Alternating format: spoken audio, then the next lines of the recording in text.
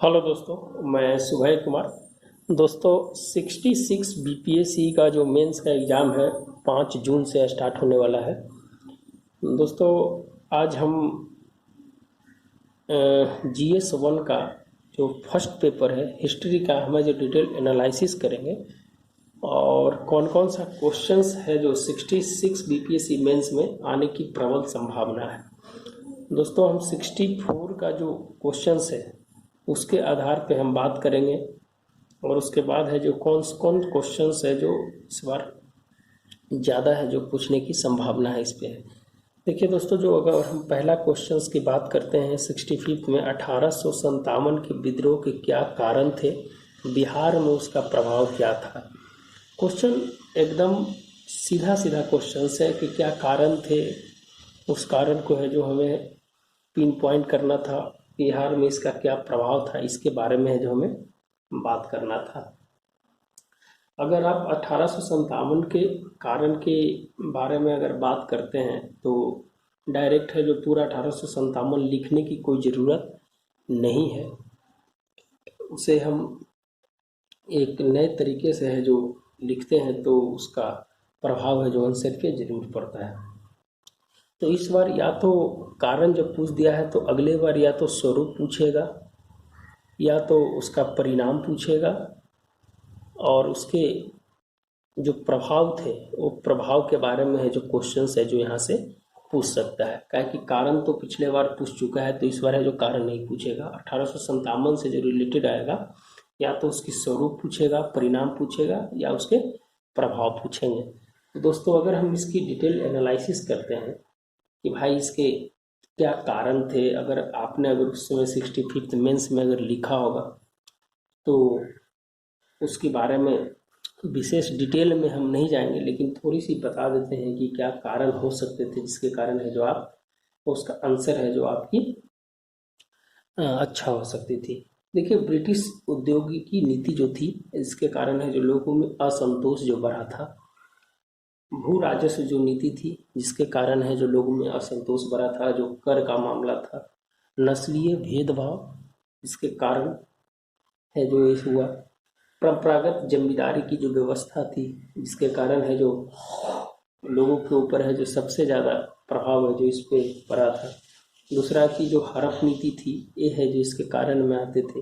प्रगतिशील सक्रिया नीति जिसके कारण है जो 1857 विद्रोह का कारण हुआ। सिपाही विद्रोह जो व्यापक विद्रोह जो बाद में बना वो है जो इसके कारण बने।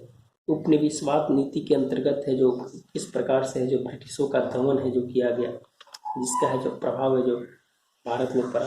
भारत को उद्योग को किस प्रकार से नष्ट करने की कोशिश की गई उसका है जो इसके परिणाम कारण में आ सकते हैं। अधिकतम शोषण के कारण है जो इसका प्रभाव पड़ा। राजनीतिक विस्तार करने के लिए है जो ब्रिटिशों ने है जो जिस प्रकार का अपना हथकंडा अपनाया वो है जो इसके कारण हो सकते थे।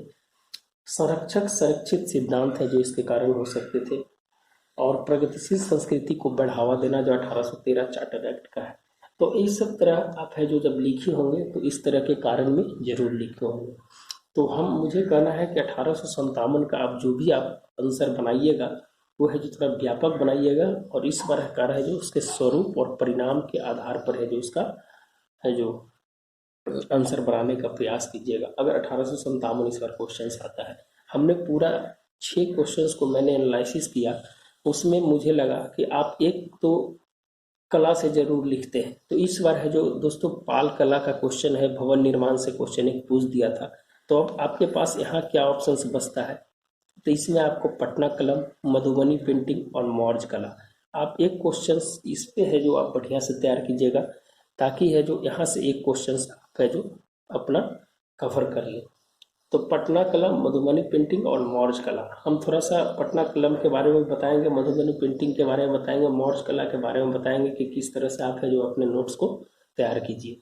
तो एक क्वेश्चन आपका यहाँ से हो गया दोस्तों। दूसरा क्वेश्चन है कि स्वामी सहजानंद और किसान आंदोलन का है जो क्वेश्चन है जो इस बार पूछ चुका है पिछले बार में। तो इस बार जो क्वेश्चंस जो आएंगे वो गांधी जी से रिलेटेड यहाँ से आएंगे, जिसमें असहयोग सविनय आंदोलन, भारत छोड़ो, जो एक क्वेश्चन है जो यहाँ से देखने को मिल रहा है।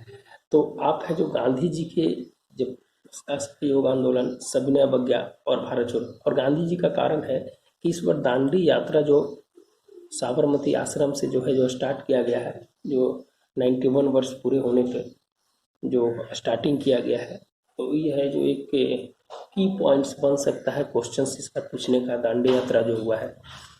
तो एक क्वेश्चन आपको गांधी जी से, असहयोग, सविनय अवज्ञा और भारत छोड़ो आंदोलन से आप है जो एक क्वेश्चन बना सकते हैं।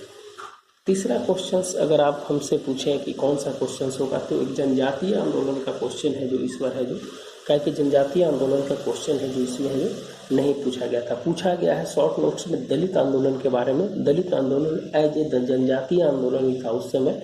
आप जब पिछले बार जब 65th मेंस दे रहे होंगे तो दलित आंदोलन के बारे में जो लिखने का था उसमें आप है जो जनजातीय आंदोलन लिख सकते थे, लेकिन शॉर्ट नोट्स में इस बार क्वेश्चन है जो पूछा गया था। तो आप है जो इस बार है जो जनजातीय आंदोलन को एक व्यापक रूप से जो तैयार कीजिएगा।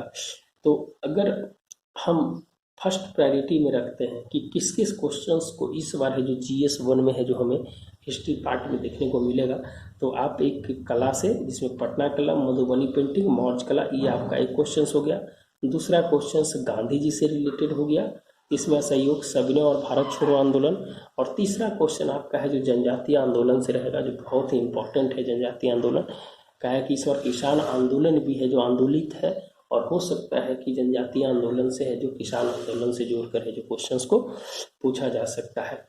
और आपके पास जो ऑप्शंस बच गए गांधी के बारे में, आप नेहरू और टैगोर, एक क्वेश्चन आप है जो वहाँ से देख लीजिएगा, गांधी, नेहरू, टैगोर, जिसमें है जो उनकी जो नेहरू की पंचशील नीति हो गई, उनकी जो समाजवादी नीति हो गई, उनकी जो धर्मनिरपेक्षता नीति हो गई, तो है जो आपको वहाँ पर है जो एक क्वेश्चंस वहाँ से मिले। हम है जो व्यापक 6-7 क्वेश्चंस के बारे में जो आप बढ़िया से तैयार कीजिएगा। टैगोर की नीति ये जो ईश्वर है वो है जो उनकी शिक्षा व्यवस्था, उसका अंतर्राष्ट्रीयवाद जो टैगोर जी की है, उनके बारे में भी आप है जो थोड़ा सा है जो जरूर देख लीजिएगा।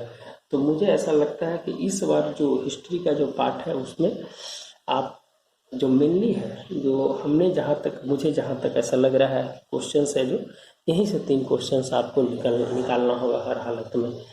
तो हम थोड़ा सा हम पाल कला, पटना कला, मधुबनी पेंटिंग और मौर्य कला के ऊपर है जो थोड़ा सा हम जो बताने का प्रयास करेंगे, और उसको आप देखिए कि किस तरह से है जो इसका रिविजन्स का पार्ट है जो होता है। फिर हम जैसे जैसे हम अपना बनाएंगे उस तरह से हम आपको बताते चलेंगे।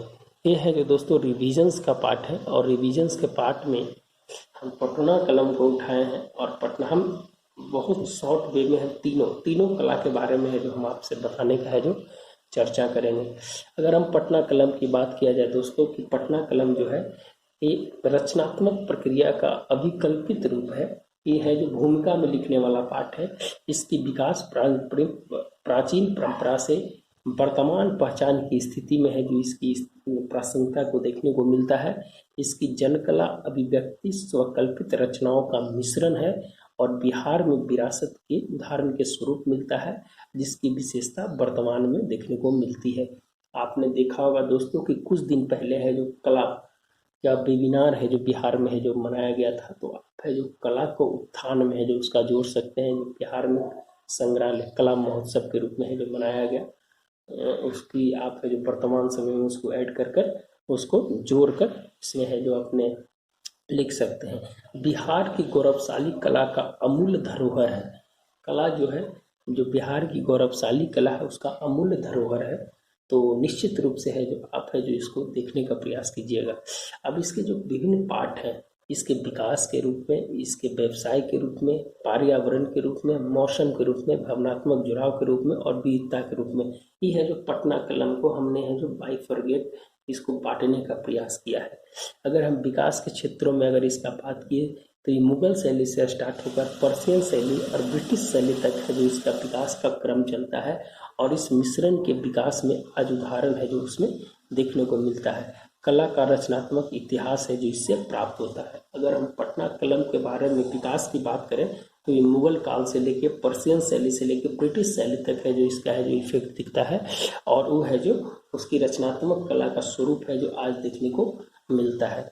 अगर हम व्यवसाय की बात किया जाए तो ये अफ्रीका शैली बाजार और ब्रिटिश शैली बाजार का है जो दोनों की है जो वहाँ तक है जो उसकी पहुँच है जो बताई जाती है। और व्यापार से अपने कला का अंतर्राष्ट्रीयकरण और सॉफ्ट पावर के रूप में बढ़ाने में आज की भूमिका है जो उसको देखने को मिलती है।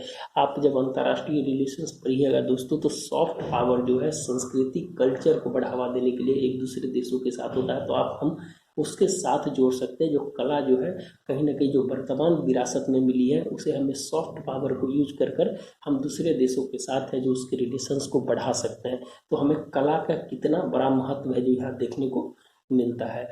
पर्यावरण से हम अगर बात करें तो कला जो है पर्यावरण का मित्र कहा जाता है। प्रकृति में उपस्थित जितने भी चीज़ है, पेड़ पौधे हैं, वो पर्यावरण के साथ वहाँ से जो रंगों का उपहार मिलता है, वहाँ से जो रंगों की व्यवस्थाएं जो उस समय की जाती थी, उनमें विभिन्न प्रकार के कलर का जो प्रयोग किया जाता था वो है जो पर्यावरण के माध्यम से ही किया जा सकता था। इसीलिए कला को पर्यावरण का मित्र कहा गया है। तो हम पटना कलम को एकदम नई तरीके से जो लिखने का प्रयास करेंगे ताकि है जो आपकी आंसर्स है जो अन्य लोगों से है जो भिन्न रहे। दूसरा है कि मौसम आधारित कला ग्रीष्म ऋतु, बरसात ऋतु और जाड़ी की ऋतु में इसका अलग अलग है जो आपका इसकी व्यवहारिकता है जो देखने को मिलती है। ये एक रिविजन्स पार्ट है दोस्तों, आप इस रिविजन्स पार्ट को है जो समझने का प्रयास कीजिएगा, लिखने का है जो प्रयास कीजिएगा। दूसरी चीज़ अगर हम इसकी बात करें, विशेष बातों में अगर इसकी हम बात करें दोस्तों, तो भावनात्मक जुड़ाव की अगर हम बात करें तो प्राकृतिक रूप से मनुष्य से जोड़ने पर भावनात्मक सेतु के रूप में कार्य करता है, जिसमें जन भावना, जन कला, व्यक्ति कला शैली, जीवन चित्रण का है जो प्रमाण मिलता है। उदाहरण पालकी, घोड़ा, कुम्हार, मिठाई दुकान, मछली, ये सब है जो उस समय की है जो व्यावहारिकता में है जो इसकी व्यवस्था है जो देखने को मिलती है। फिर इसके क्षेत्र कौन कौन से थे, तो इस क्षेत्र की बात किया जाए तो 1750 से 1947 के बीच इंडो ब्रिटिश शैली का महत्वपूर्ण केंद्र माना जाता था, जो बिहार के आगमन के पूर्व बंगाल और बिहार के लिए महत्वपूर्ण था। उसके बाद है जो दोस्तों है जो बिहार के लिए है जो महत्वपूर्ण जो जगह बन गया और पटना कलम की विरासत है जो आज देखने को मिलती है। इसके प्रमुख कलाकार का कालक्रम 1770 से 1950 के बीच है जो भी है उनकी है जो स्थिति है जो आप है जो बताने का प्रयास कीजिएगा। अगर इसकी महत्व की हम बात किया जाए तो मौलिकता, विविधता, नक्काशी मिश्रित चित्रकला का महत्व चरमोत्कर्ष के स्वरूप में रहा जो आज भी विरासत के रूप में है। जैसे राष्ट्रीय संग्रहालय, विक्टोरिया मेमोरियल, खुदा बख्श, जालना संग्रहालय, बिहार कला संग्रहालय, जिसमें इसका है जो प्रयोग जो किया जाता था उसकी महत्वता, उसमें अभ्रक का प्रयोग, हाथी के दांत के, नेपाल से आयातित कागज, व्यवहारिक, ये है जो इसकी महत्व को है जो यहाँ पर दिखाता था। दूसरी चीज़ है कि इसके पतन के क्या कारण थे, तो पुनरावृत्ति की कमी देखी गई थी, लिथो प्रेस का आगमन देखा गया, कैमरे का आविष्कार देखा गया, जन भावना के लिए नकारात्मकता, इच्छा शक्ति में कमी, तकनीक का विकास, कलाकारों का विस्थापन, तो ये है जो इसके पतन का कारण था।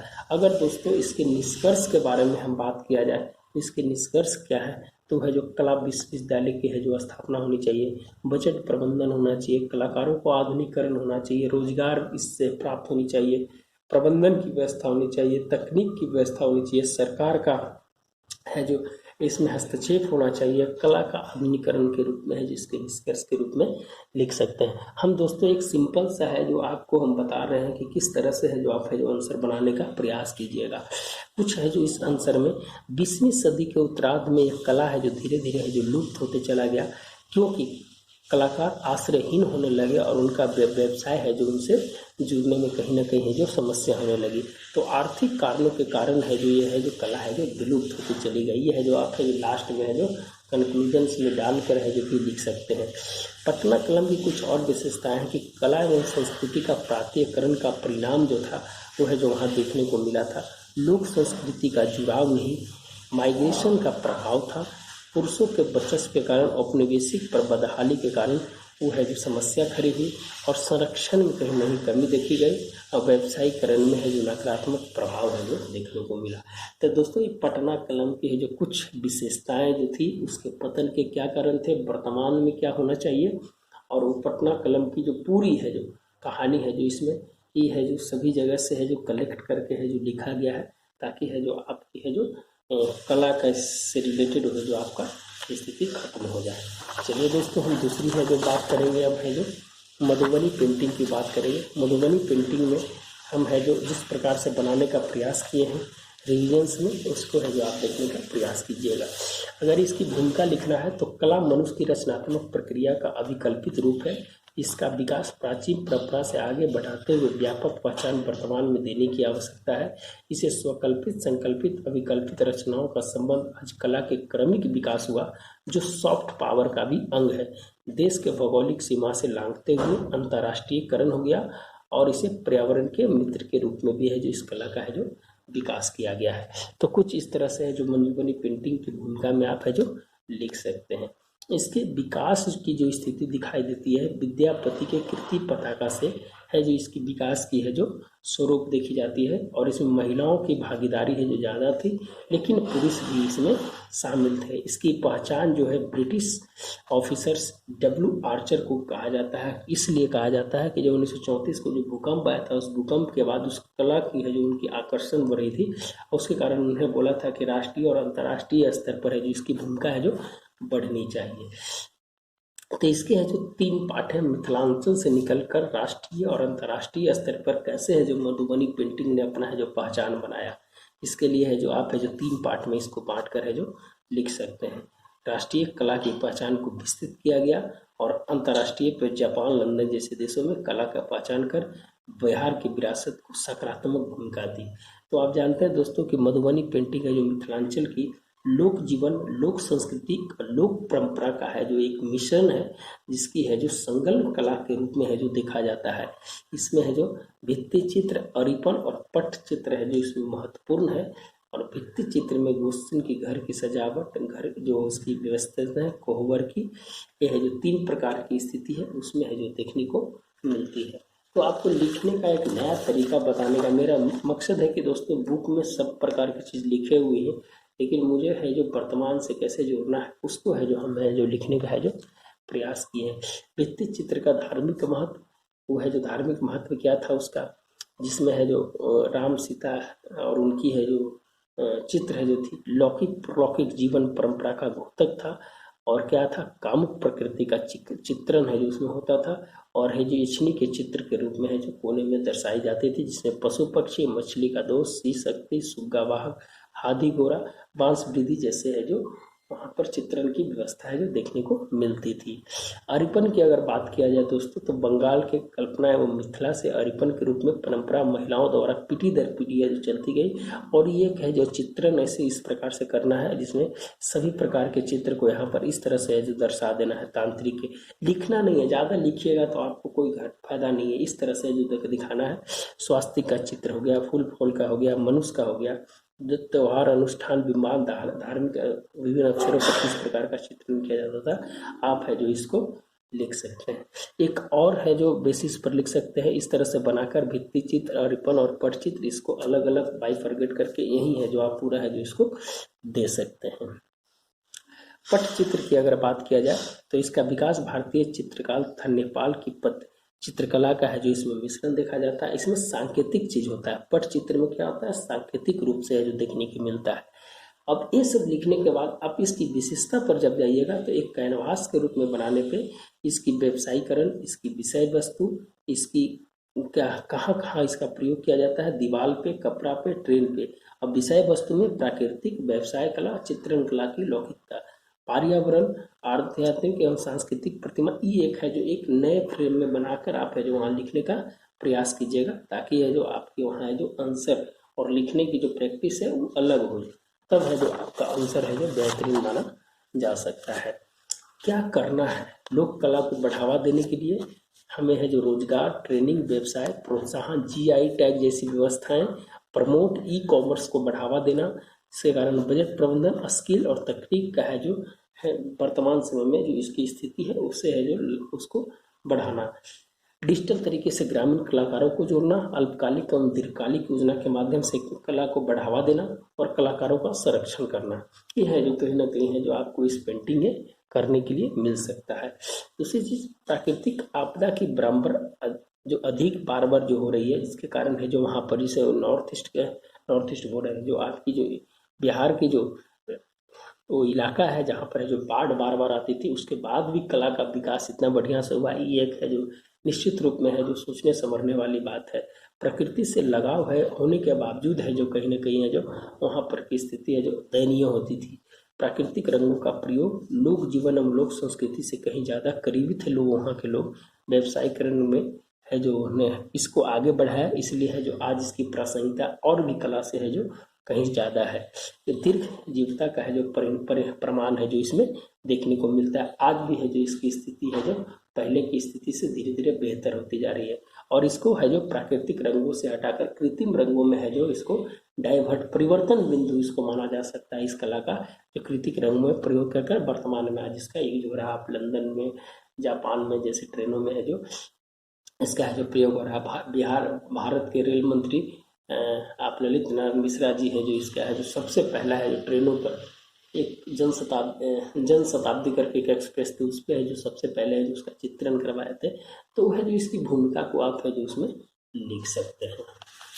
तीसरा है कि मौर्य कला के बारे में हम तीनों की आपकी ओवरव्यू दे रहे हैं, आप है जो ओवरव्यू को समझने का प्रयास कीजिएगा। भूमिका, अगर मौर्य कला की लिखना है तो भारतीय ऐतिहासिक आंचल की गौरवशाली कलात्मक प्रदर्शक है जो राजकला के साथ लोक कला भी विद्यमान है। सर्वप्रथम पाषाणों के प्रयोग, चमत्कार, पॉलिश आज भी स्वतंत्र कलाकारों को खोज का विषय बना जो भारतीय स्थापत्य कला का अंग है।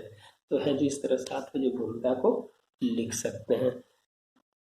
ये सब आपके बुक में होगा, लेकिन लिखने की कुछ तरीकाएं हैं जो मौर्य कला, राजकीय कला, लोक कला, अब इसकी क्या क्या विशेषताएं हैं राजा प्रसाद की, उसको है जो आप लिख दीजिए तो आपका आंसर है जो बन जाएगा। क्या स्तंभ है, क्या क्या व्यवस्थाएं हैं, ये है जो मौर्य कला को आप लिखने का है जो प्रयास कीजिएगा। दूसरी चीज़ है कि इसके स्तूप और इसके गुहा विहार, इसमें क्या क्या है विशेषताएं, इसमें क्या क्या है, उसको है जो आप लिख दीजिएगा तो आपका आंसर है जो और बेहतरीन होगा। मृदभांड की क्या विशेषताएं हैं, मूर्ति कला में क्या क्या है जो देखने को मिला है, इसकी विशेषताएं है जो आप लिख देने पर है कहीं ना कहीं आपका आंसर है जो और बढ़िया बन सकता है। तो मौर्य कला में इस तरह से है जो आप लिख सकते हैं। मौर्य कला पर विदेशी प्रभाव क्या क्या है, आप है जो उसको है जो, और इसके पतन के क्या क्या कारण थे, केंद्रीकरण का अभाव था, तकनीक का प्रसार नहीं, राजकीय संरक्षण, दीर्घकालिक न होकर अल्पकालिक, कला आगे संक्रमण होती चली गई, विस्तारित नहीं हो गया। अब एक ही राज्य में वहाँ के लोगों को है जो बाहर की ओर बताएगा, अगर नहीं तो कला का प्रसार कैसे होगा। यही है कि तकनीक का है जो कला का प्रसार है जो इसमें नहीं हो पाया। तो आप इस तरह से है जो इसका आंसर है जो लिख सकते हैं। तब कला के बारे में हमने तीनों कला के बारे में है जो हमने ओवरव्यू देने का है जो आपका प्रयास किया है। तो कला से रिलेटेड आज का है जो टॉपिक यहीं समाप्त होता है। और दूसरी चीज़ कि अगर हम बात करें तो गांधी जी की स्थिति, गांधी जी की जो ये कैसे है जो इनका जन आंदोलन है जो कैसे है जो इस तरह से जन आंदोलन बढ़ता था। और इसका कोटिंग किया हुआ ग्रासमी ने कोट किया था कि गांधी जी जैसी जन आंदोलन की प्रवृत्ति किसी भी आदमी में अभी तक देखने को नहीं मिली है। ग्रासमी एक थिंकर है, उन्होंने है जो इस चीज़ को कोट किया था कि किस समय है जो आंदोलन करना चाहिए, वो है जो ग्रासमी ने है जो इस चीज़ को बताया था। गांधी सक्सेस क्यों हो गए और मार्क्स फेलुअर क्यों हो गए, ये है जो यहाँ से उनकी दोनों स्थिति को है जो वहाँ पर बताता है।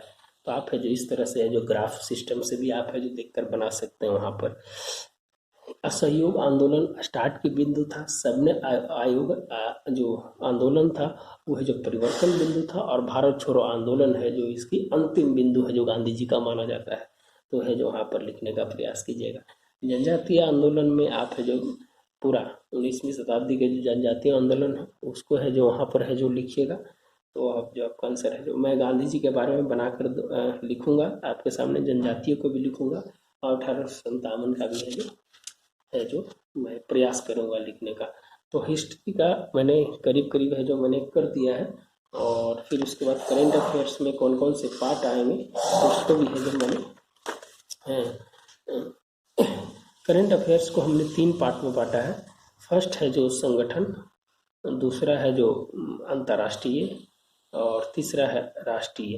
ये 3 प्रकार के पार्टों में है जो आपका है जो ये रहेगा। संगठन में अभी है जो हमने जो इस बार का है जो WHO, फिर है जो एक है जो आपका हंगर इंडेक्स, वह जो पूछ सकता है। दूसरा है जो पेरिस सम्मेलन का है कि इसके 5 साल पूरा हो गए हैं अभी, तो ये सब क्वेश्चंस हैं जो इसको पूछ देगा। सस्टेनेबल डेवलपमेंट गोल, ये है जो इसे क्वेश्चंस है जो यहाँ से पूछ सकता है। अंतर्राष्ट्रीयकरण में आप है जो सार्क के देशों को देख लीजिएगा। दूसरा है जो आपको साउथ चाइना सी का है जो बहुत इम्पोर्टेंट है। तीसरा है जो आपका भारत और अमेरिका के संबंध के बारे में है जो ये पूछ सकता है। और राष्ट्रीयकरण में इस बार है जो ज़्यादातर जो क्वेश्चंस हैं जो यहाँ की जो किसान आंदोलन है उससे, और कोविड-19 ये है जो इम्पोर्टेंट इस बार है। कोविड-19 के आगे आने वाले प्रभाव और इससे रिलेटेड है जो क्वेश्चंस है जो आपको देखने को मिल सकते हैं। तो इस पे है जो विशेष चर्चा हम बाद में करेंगे। आज हम यही छोड़ते हैं आपको, और फिर कल आपको गांधी जी से रिलेटेड जो है वो है जो मैं बताने का प्रयास करूँगा। तो धन्यवाद दोस्तों, मिलते हैं नए वीडियो के साथ। अगर वीडियो अच्छा लगता है तो ज़रूर लोगों के बीच शेयर करें, लाइक करें, सब्सक्राइब करें। धन्यवाद।